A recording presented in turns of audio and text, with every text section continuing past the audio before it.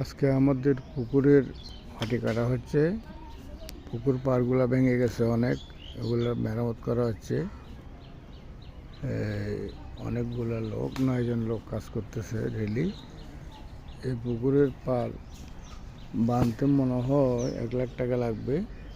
সবগুলো সংস্কার করতেছি। এখানে পাশে একটা আমার বাগান আছে, গাছের বাগান। এই বাগানে অনেক মাটি দিতে হবে গাছের মধ্যে, এই গাছ বাগানের মধ্যেও মাটি লাগবে অনেক। তাই বাড়িতে আসছি, এই লোকগুলা নিয়োগ দিচ্ছি। ডেলি বেশি যে লোক কাটতেছে। আমার এখানে অনেক ফলের গাছও আছে, এগুলা সংস্কারের জন্য মাটি দিচ্ছি, না এই মাটি এগুলা লাগতো না। অনেকগুলো লোক কীভাবে মাটি কাটে দেখেন।